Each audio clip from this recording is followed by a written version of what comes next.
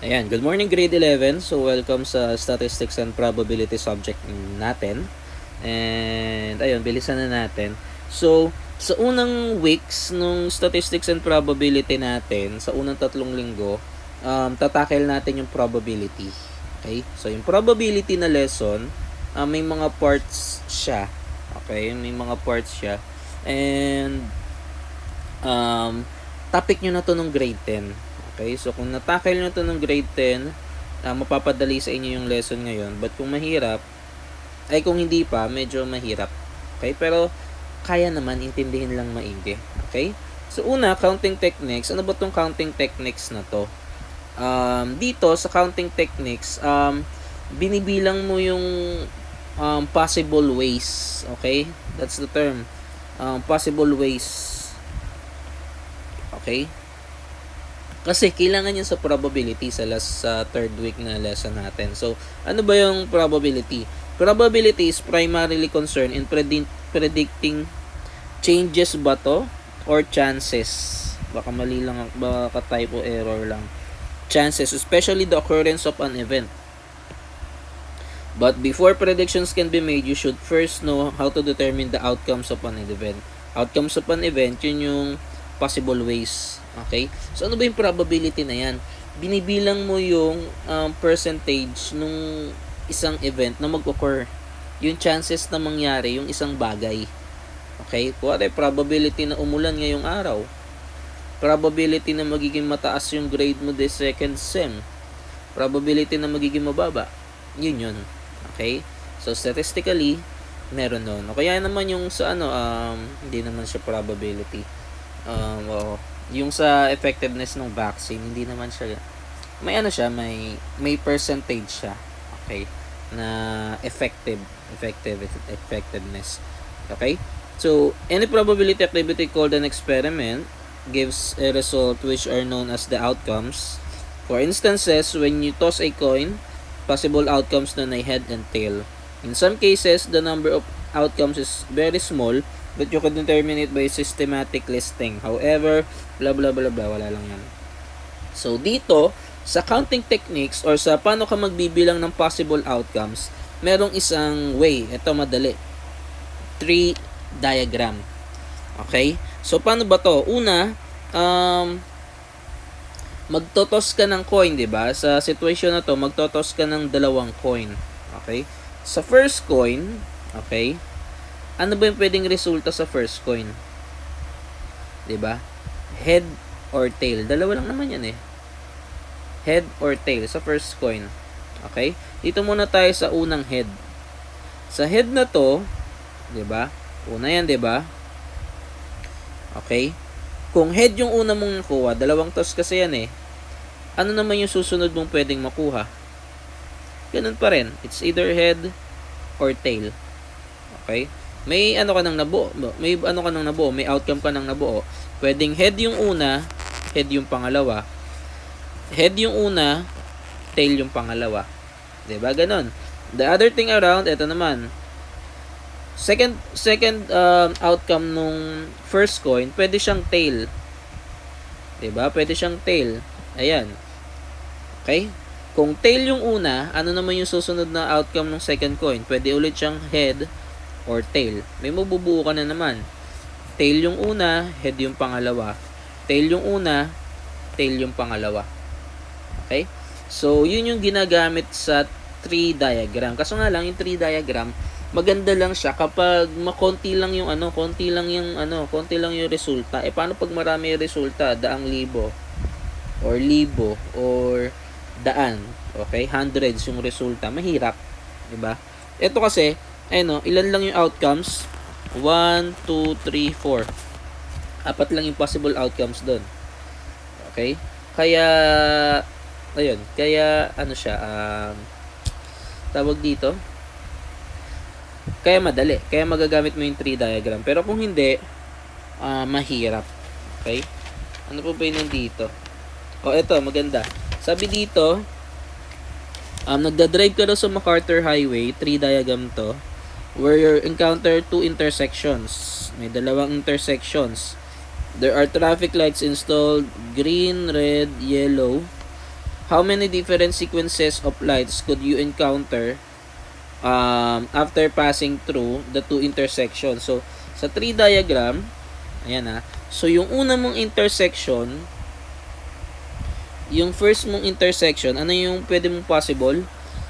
Green, red, yellow. Tama?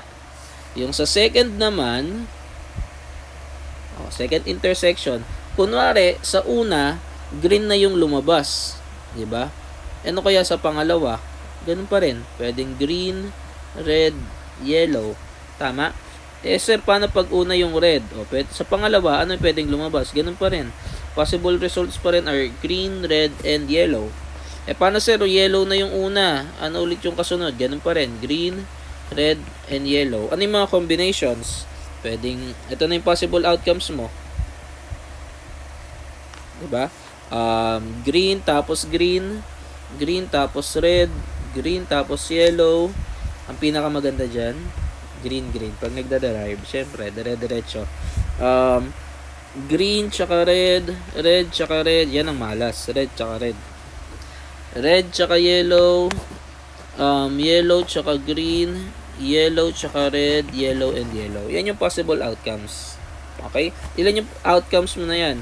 1, 2, 3, 4, 5, 6, 7, 8, 9. 9 outcomes. Okay? Using tree diagram. Madali yan kasi kaunti. Okay? Ito naman, fundamental principle of counting. Ito na yung ito na yung may formula na siya. Ayun, general counting principle. Okay? Anahan na natin para mabilis. Madali lang naman to eh. Tingnan nyo ha. Una, sabi dito, ayan, when 3 dice are thrown, how many different outcomes are possible? Okay? Hindi ko pala nakapaglagay ng calcu.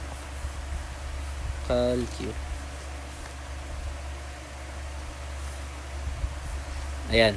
When 3 dice are thrown, how many possible outcomes are possible? So, madali lang yan. Ganito lang yan. Ilan yung dice na ito throw? 3, di ba? So, ganito lang yan. Multiplication lang to. Magmumultiply ka lang. Ilan yung event? 3, di ba? Kasi 3 beses ka magto-throw ng dice. Tama ba ako? Ayan. Napakadali lang nito. So, sa unang dice, ilan yung possible outcomes? Ilan? Syempre 6 kasi 1, 2, 3, 4, 5, 6 yung result doon, di ba?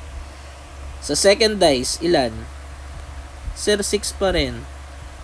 Nagluloko yung Sa third, sir, 6 pa rin. Okay? Ganun lang kadali. Paano na yung gagawin mo?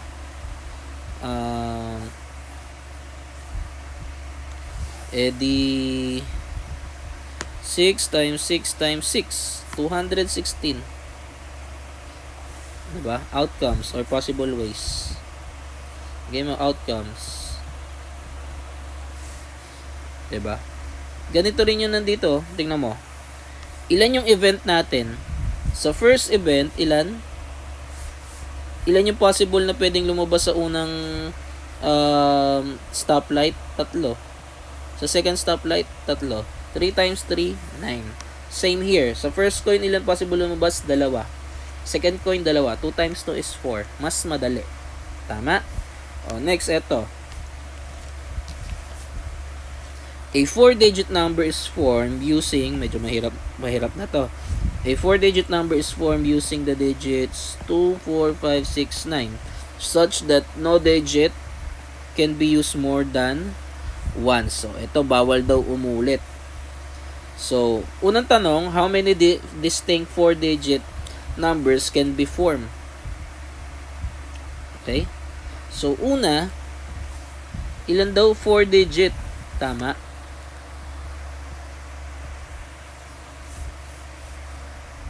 Four-digit.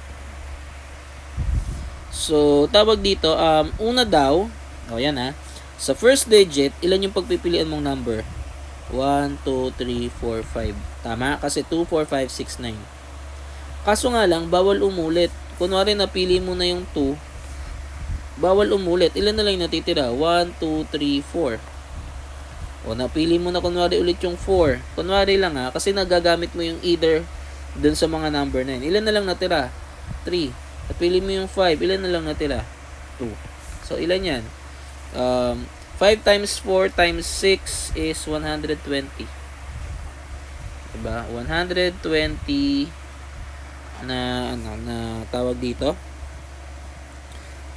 Different 4-digit number. 120. Okay? Bakit ganun, sir? Kasi nga, sabi dito, hindi pwedeng maulit yung number. So, yung una, sa umpisa, 5 yung pagpipilian mong number. Ayan, 5. So, sumunod, dahil nga, kunwari, napili na isa doon, 4 na lang yung susunod mong pagpipilian. Susunod, 3 na lang. Susunod, 2 na lang. Ganun lang siya kadali. Next, eto maganda. How many 4-digit numbers? Ito medyo mahirap Suglit lang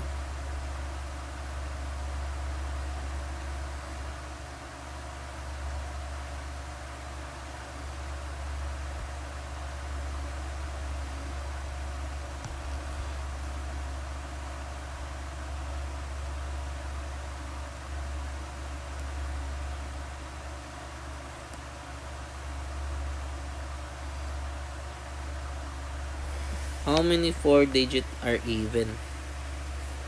Ulit lang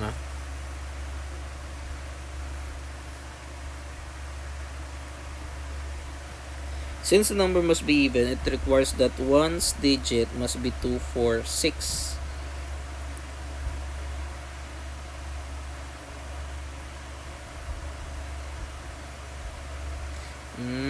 Okay.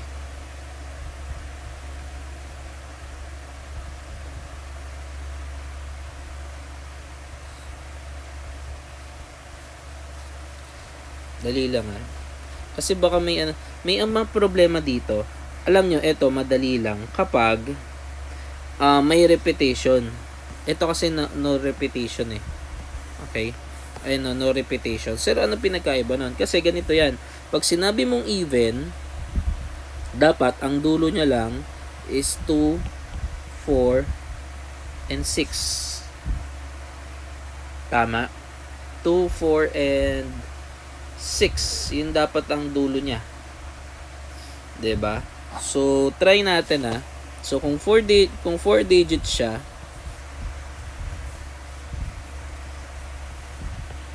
'di ba? Ang choices mo dapat dito sa dulo is 3. Tama?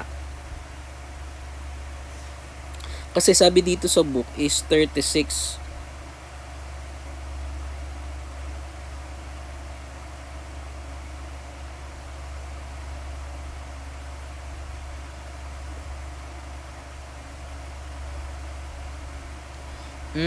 Okay, yun nga yung ginamit.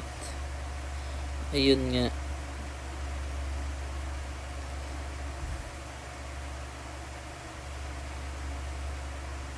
Tama, yun nga yung ginamit. Kaso lang, dito kasi sa book, bakit 36 lang? 36 lang yung even. Diba? Pero ito, saglit Kasi yung iba mina-minus. Pero ito muna, dito muna tayo sa kunwari hindi siya non-repeating.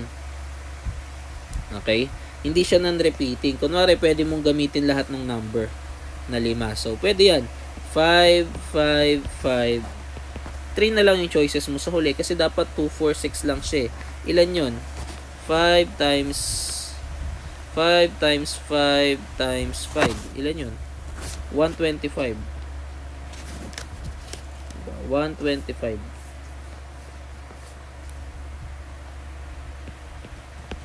Kasi parang hindi ka panipaniwala itong libro na 36 lang yung possible na outcomes na sa even.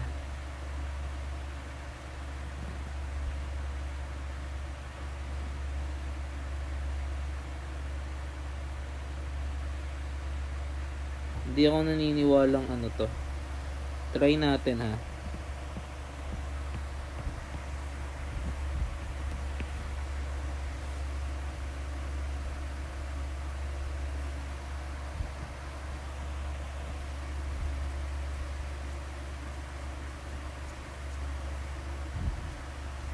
Ito naman, pwede naman tong pabaliktad So, meron ka ditong 2.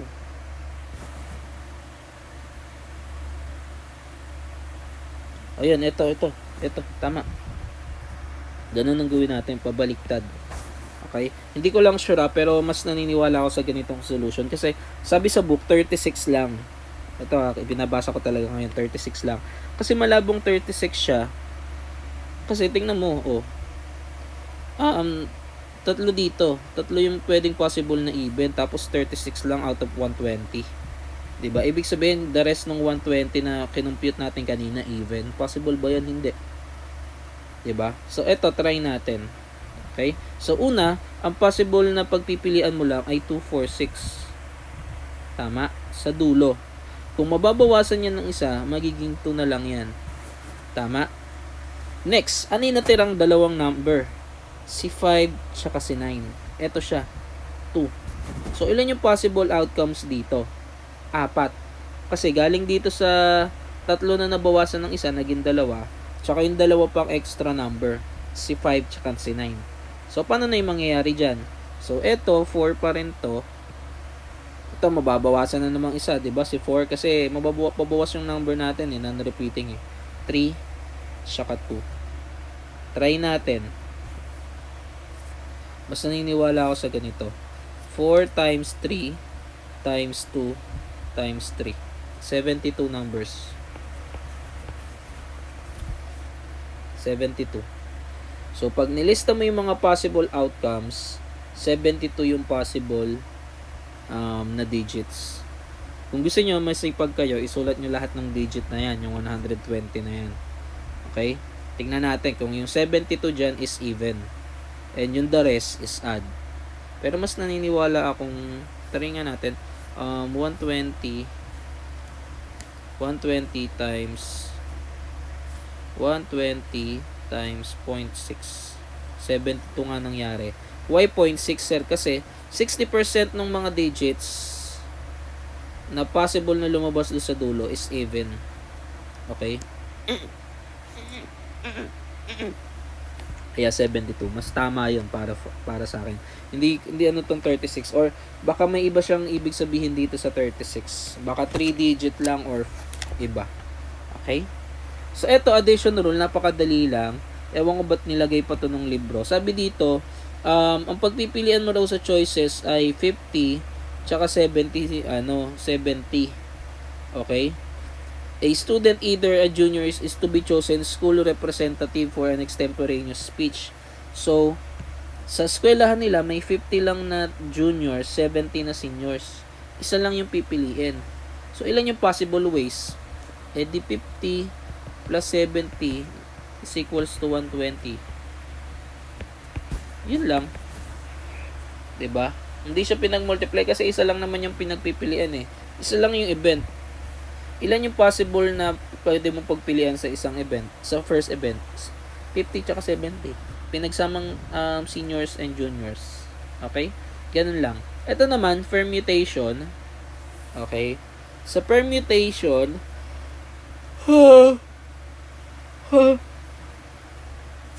pa ako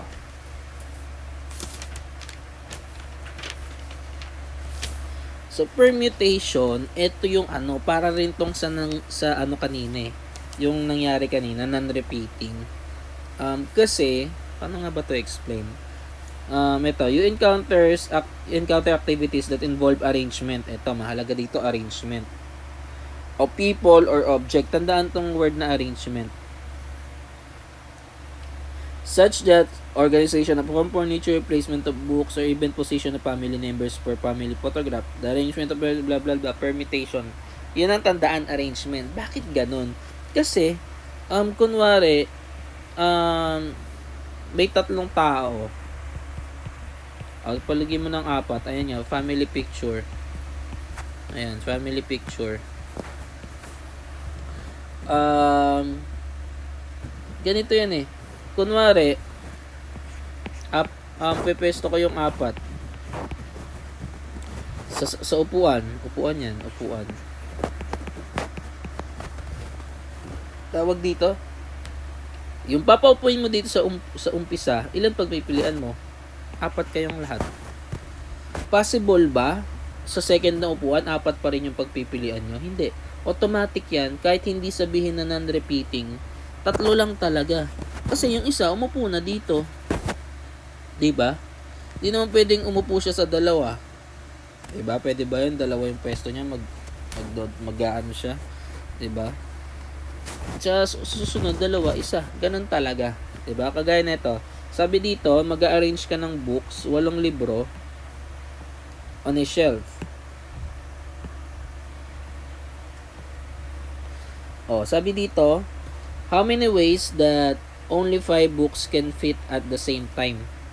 5 books lang daw yung pwede. 5 books lang daw yung pwede.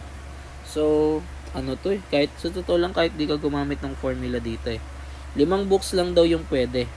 Okay, so ano ibig sabihin nun? May 5 event lang. 1, 2, 3, 4, 5. 5 event lang. Okay? So, sa una, ilan yung pagpipilian mong libro? 8. Ilan sumunod? 7. Ilan sumunod? 6. Ilan sumunod? 5. 4. Ilan yan? 8. 8 times, 7 times, 6 times, 5 times 4. 6,720 ways. Pag ginamit naman natin tong formula kanina, ito ay nasa taas, permutation. So, ilan daw yung n? Ito yan yung 8. And yung r, ito yung 5. Diba? So, 8 factorial all over 8 minus 5 factorial. So, magiging 8 factorial. Ito, all over 8 minus 5 is 3. So, 3 factorial. Tama? Pag in-expand mo yan, sulat ko nga dito.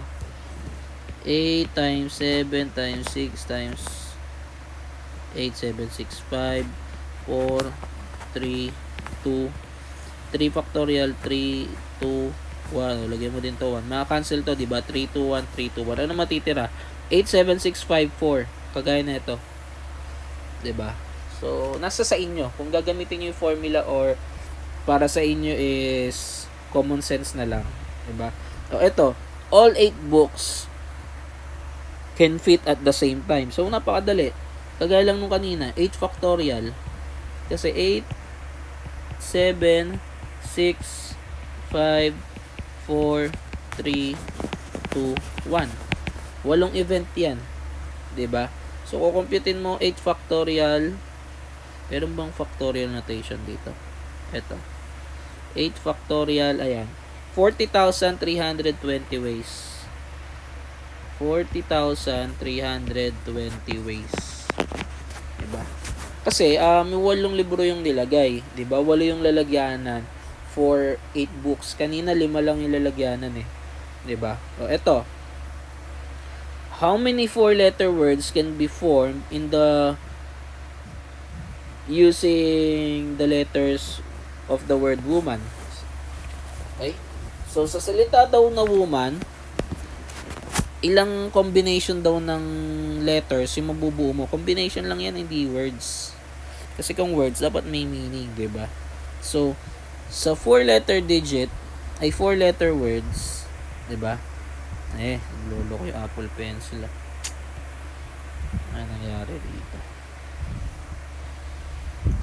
Okay? Sa unang letter, ilang pagpipilian mo? 1, 2, 3, 4, 5. Di ano lang yun? 5, 4, 3, 2. Okay? 5, 4, 3, 2 is 120 words. Or combination ng letters.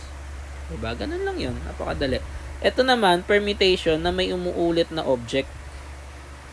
Okay? May umuulit na object. So, ano ibig sabihin nito? Tawag dito.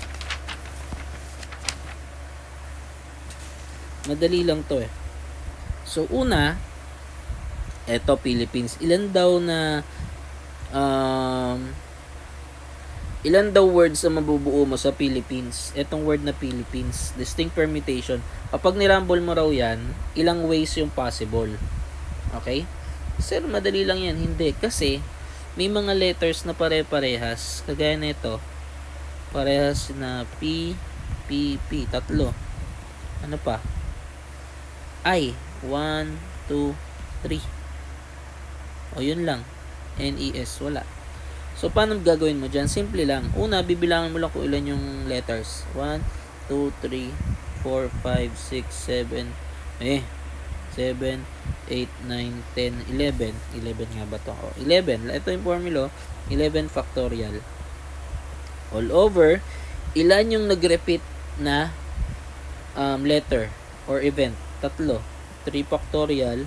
Dalawang tatlo yan. Kaya dalawang 3 factorial. Okay? So, pag sinolve mo, 11, 10, 9, 8, 7, 6, 5, 4, 3, 2. Tapos, 3, 2, 3, 2. Cancel si 3 tsaka 2. Cancel si 3 tsaka 2 kay 6. Kasi 3 times 2 is 6 eh. Diba? So, ano natira? Ilang words pa yung mabubuo mo? Madami pa to. 11 times 10 times 9 times 8 times 7 times 5 times 4. Ano yan? 1,108,800. Okay? Yan yun. Mamaya may example pa tayo. Yan yung nasa libro nyo ng senior high. Ito naman, circular permutation, paikot kasi to. Paikot yan eh. Okay? Kaya ang nangyayari, nagduduktong yung una tsaka dulo. Ano lang ang gagawin mo dyan? Maminusan mo lang ng 1. Okay? So, kunwari, ito. How many ways that can 8 people sit in a round table? Ang gagawin mo dyan, kung ordinary lang, 8 factorial. Diba? Ordinary. 8, 7, 6, 5, 4, 3, 2, 1. Ordinary. Ganun lang gagawin mo. Kaso nga lang, dahil circular siya, yung sinabi dito, minusan mo ng 1. So, 8 minus 1 is 7 factorial. Yun na yung sagot. 7 factorial. 7 factorial. 5,040 ways. 5,040 ways. Okay? O, eto ha. Additional na lang to para mas matuto. Kasi, yung nasa libro, hanip yung lesson sa libro. Ha? Eto, additional na lang to ni sir. Okay? Other examples. Ayan, para mas maintindihan. Ito yung nasa libro ng grade 10 2 years ago. Okay? So, 2-digit numbers are formed from 0, 0, 1, 2, 3, 4, 5, 6, 7, 8, 9. Ilan yan? 1, 2, 3, 4, 5, 6, 7, 8, 9, 10. 10. Okay? So, how many 2-digit number can be formed? O, 2-digit number. So, ilan yun? 2-digit, dalawang event. Tama? So, sinabi dito, pwede yan, repeating tsaka non-repeating. Tama? Pag repeating, pwedeng maulit yung number. Ilan choices mo sa una? 10. Ilan choices mo sa pangalawa? 10 rin. So, ilan yan? 10 times 10? 100. Pag non-repeating, bawal yung umuulit na number. Ilan choices mo sa umpisa? 10. Ilan choices mo sa pangalawa? 90. Depende sa tanong. Dito, hindi sinabi. Diba? Kasalanan ng libro. Okay? How many of these are even? O, ilan daw ang even? Sa una mong pagpipilian, okay, sa una mong pagpipilian ay, sa totoo lang, dapat 50 to eh. 50 or tag 45. Sa una mong pagpipilian ay, repeating ha, sa repeating muna tayo. 10. Tama? 10. Ilan ang susunod na pagpipilian mo? Sa second, dapat even lang. So, dapat, ano lang siya? 0, 2, 4, 6, 8. 5 lang. So, 10 times 5 is 2 digit lang to eh. Puro 2 digit lang, edi 50. Tama. Ito naman, mapapansin nyo, ito, napakadali ah. Tingnan nyo, 2 digit numbers lang yan. From 1 to 100 lang yan. Okay? From 1 to 100 lang yan. Tama ba?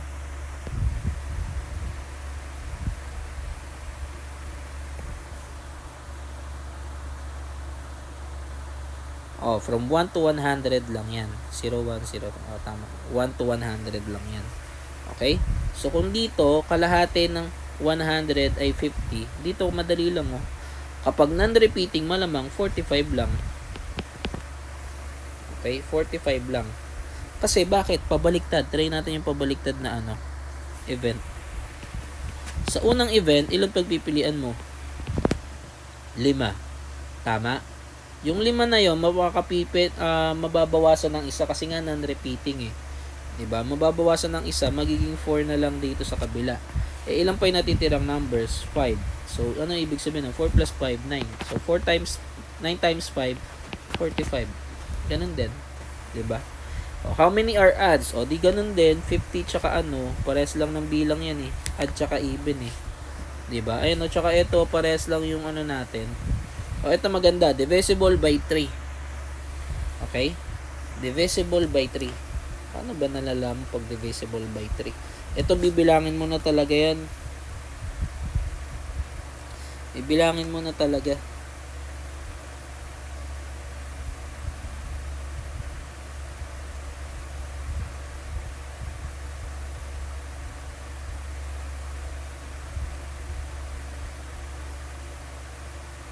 Bibilangin mo na talaga. Ito, binilang yung nasa binilang yung nasa libro. Binilang mo from skip counting. 3, 6, 9, 12. Yung kasi yung mga divisible sa 3, 15, binilang. Okay, nung binilang yan, ilan yan? Kasi na lang to eh. Additional examples na lang. 30. 30 digits yan. Yung divisible by 3. Okay? How many of these are less than 50? Less than 50, edi 49. Dali. Kasi 100 yun eh. Napakadali ng digits eh. 100. O kaya naman, ito ha. Dapat, ito ha. Try natin. 2 digit yan, diba? Sabi dyan, less than 50. Okay, less than 50. So, ibig sabihin, dito sa first digit, ano lang pwede mong possible na result? 0, 1, 2, 3, 4. Tama? 0, 1, 2, 3, 4. Okay? Sa susunod, okay, pwede ba umulit na number dito? Oo, pwede umulit number dito. Ba't dito 50?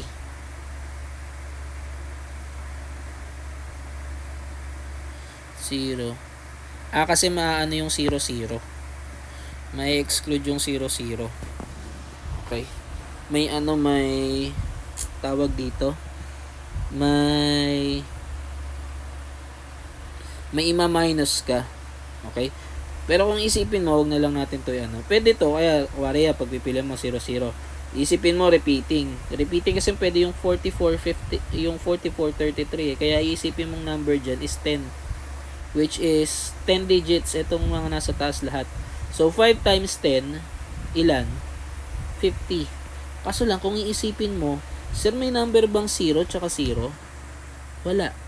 May isang possible outcome na ganun. Kasi gumamit ka dito ng 0, pwede ka ulit gumamit dito ng 0. Tama? So, ima-minus mo yun sa 50. Kasi may ganung event na possible na lumabas. Kaya magiging 49. Diba?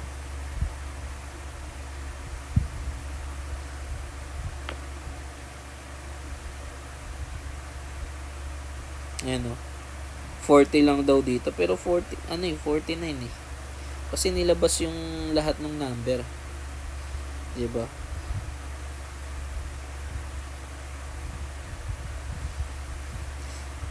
Dito kasi sa book, sinasabi kung kung tawag dito. Sinasabi kung repeating or not. Diba? So, dito naman, how many of these are greater than 49? So, from 50 to 69. Ilang numbers yan? 20. 20 yan. Ayun from 50 to 69. Pero try natin ha. How many of these are greater than 50?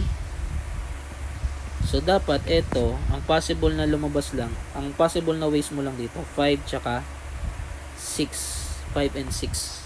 Dito, possible mo lang is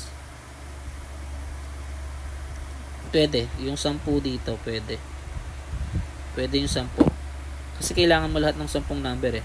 So, ilan yung ways dito? 2. Dito ilan? 10. So, 2 times 10, 20. Wala tayong nakikitang contradiction. Kasi kahit 60, 50, 69, yun lang yung todong makukuha mo dyan eh, na number. Eto, madali lang to. Pag-aanuhan lang to. Customer choose between thick crust. Thick crust daw, tsaka thin crust. Di lang pagpipilian, dalawa. Meat ilan daw? Bacon, pepperoni, sausage, ground beef. Ilan yun? 4. Veggie, mushroom, onion, green pepper. 3. Cheese, mozzarella, provolone, blue cheese, cream cheese. 4. Ilang pizza daw possible na mabuo? Kung ganyan, 2, 4, 3, 4 is 96 ways. Or 96 na pizza. Okay? Ito, kagaya lang to nung kanina. Okay? Ilang words daw yung pwedeng ma-arrange. So, dito sa Quezon,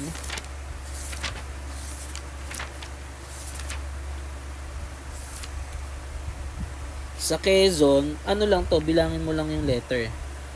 So, kasi wala naman nagkapareha. 1, 2, 3, 4, 5, 6. So, 6 factorial. Tama? 6 factorial is 720 ways. Kasi yan yung kanina, yung 6, 5, 4, 3, 2. Naaalala nyo. Diba? Ito mahirap, Pangasinan. Kasi may nagkaparehas. Ano pa? N. Yan lang ba? Yun lang. Okay? Pangasinan. Ay, letter. Okay, Pangasinan. Okay lang. So, ilan yung muna yung letters? 1, 2, 3, 4, 5, 6, 7, 8, 9, 10. So, 10 factorial nasa taas. All over. Ilan yung umulit? 3 factorial. Tama. 2 3 factorial ulit. Tama ba? Tama. Pag sinolve mo yan, hindi ka na lang papakita. 100,800 ways. Okay? Yung Manila, madali lang to. Solve nyo yung Manila. Yung Tagaytay, madali lang din to. Ito ang mahirap. Okay? Ito yung circular permutation. Dito, makinig kayong maigi. Kasi magagamit nyo to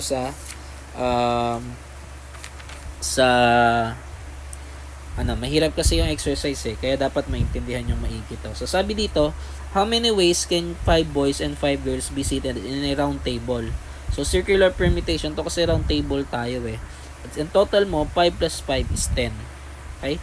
So, pag no restriction are imposed, so kahit sino pwedeng umupo, walang basta halo-halo silang 10 doon. Ano yung sagot? Diba 10 minus 1 yan? 10 minus 1 factorial or 9 factorial.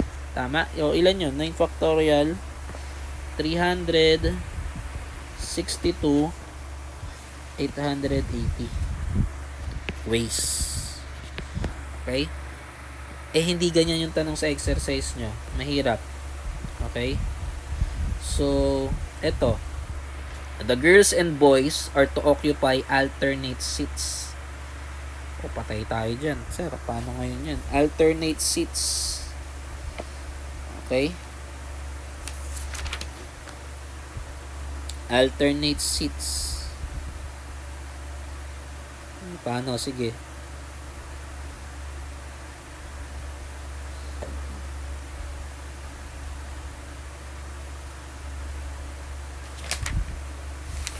Okay? So, ang ginawa dyan, yung either boys or girls, ginamitan ng circular permutation. Okay? Kunwari, yung mga boys, ayan, pinaupo na silang 5. Sila yung ginamitan ng circular permutation. Ilan lang ba yung boys? 5, diba? Minus 1. Sila yung ginamitan ng circular permutation. So, ilan na yan? 4 factorial. Or 24. Ngayon, yung girls, tsaka mo papaupuin. Pero, hindi mo na siya kailangan gamitan ng circular permutation. Parang normal na papaupuin mo na lang siya. So, ano ibig sabihin nun? Ang gagamitin mo na dun ngayon is 5 factorial para naman sa girls. Okay? So, ganyan yung ginawang diskarte sa libro. Pwede ba yan, sir? Pwede yan. Okay? Case to case basis. So, ano na magiging sagot dyan? 120. So, ano magiging final answer? Kung may 24 possible ways na umupo yung boys, 120 possible ways na umupo yung girls, ano yung magiging sagot? Multiplication rule ang gagamitin mo dyan. 120 times 24. Okay? 120 times 24 kasi makakabuo ka ng possible na ways eh. Hindi yung pinag-a-add mo lang yung outcomes. Hindi eh. Magkakaroon ng different outcomes pag pinagsama mo yung dalawa. Okay? Kaya ano mangyayari? Multiplication yung gagamitin. 120 times 24 is 2,880. Okay? Sir, ba't mo tinuturo to? Kasi kailangan yung malaman yung diskarte. Kasi mahirap yung exercise. Okay? So, ganyan pala yung gagawin kapag alternate. Okay? Next, ito. 3 particular girls must sit together. Okay? 3 particular girls must sit together. So, paano naman ginawa dito?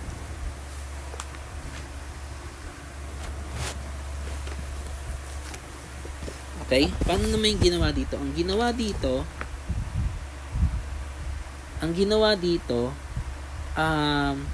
di ba may tatlo na magkakasamang girls? Tatlo sila na magkakasama, magkakadikit. Di ba? Ilan pa yung natira? May 2 girls, 5 boys. Tama? Ay yung ginawa. Ito, ang ginawa dyan, ito, 5 yung bilang. Ito, 2. Ito, pinag-isa nila yung bilang. Bali, ilan na lang. Kasi magkakatabi sila sa circle eh. Magkakatabi yung tatlong yan eh. Yung girls na 1, 2, 3. And then the rest, kahit saan na sila. Diba? Ganun yung mangyayari dyan eh. So, ano yung ginawa? Ito, ginawang iisa lang yung bilang. Ito naging 1, ito naging 7. Kaya naging 8 sila. Okay? So, anong ginawa doon? Nirumble yung 8. Yun yung ginamitan ng circular permutation. Kasi 7 tsaka 1, diba? So, 8 minus 1, edi 7 factorial. Yun yung ginamitan ng circular permutation. Bali, ilan yan? 5,040. Okay? After nyan, kinuha mo naman yung possible ways na paano upo tong tatlong to. Okay? Paano naman yun? Edi 3 factorial. Diba? So, 3 factorial is 6. Tama? So, 540 times 6, ilan na siya? 30,240. Yun yung tamang sagot. Diskarte. Diba? Yun yung pinapakita ko sa inyo yung diskarte. Paano isolve yung mga ganyang circular permutation. Ito, 3 particular girls must not sit together. Must not sit. Ito, anong alam mo ginawang diskarte dito? Ano mapapansin nyo? Kabaliktaran lang siya nito, diba? Tama? Kabaliktaran lang siya. So, ano yung ginawa nung dito, nung nasa libro? Pinag-minus 2, Ito, tsaka ito. Kasi baliktaran lang eh. 'Di ba? Kung sa 360,000, 30,000 dun yung nakaupo yung tatlong girls na magkakasama. Di ba baliktarin mo lang, the other is yung sagot na nun. 'Di ba? So, simple lang. So, ginawa niya lang, 362,880 minus 30,240. Ano magiging sagot? 332,640. Binaliktad. Pwede yun. Diba? Pag nalilito ko yun, minsan ganun. Kagaya ng ginawa natin dito kanina, dun sa yung mga digit. Diba? Ito, kagaya nito, add even. Diba mina-minus lang naman? Kung even yung isang side, syempre yung kabila, add na.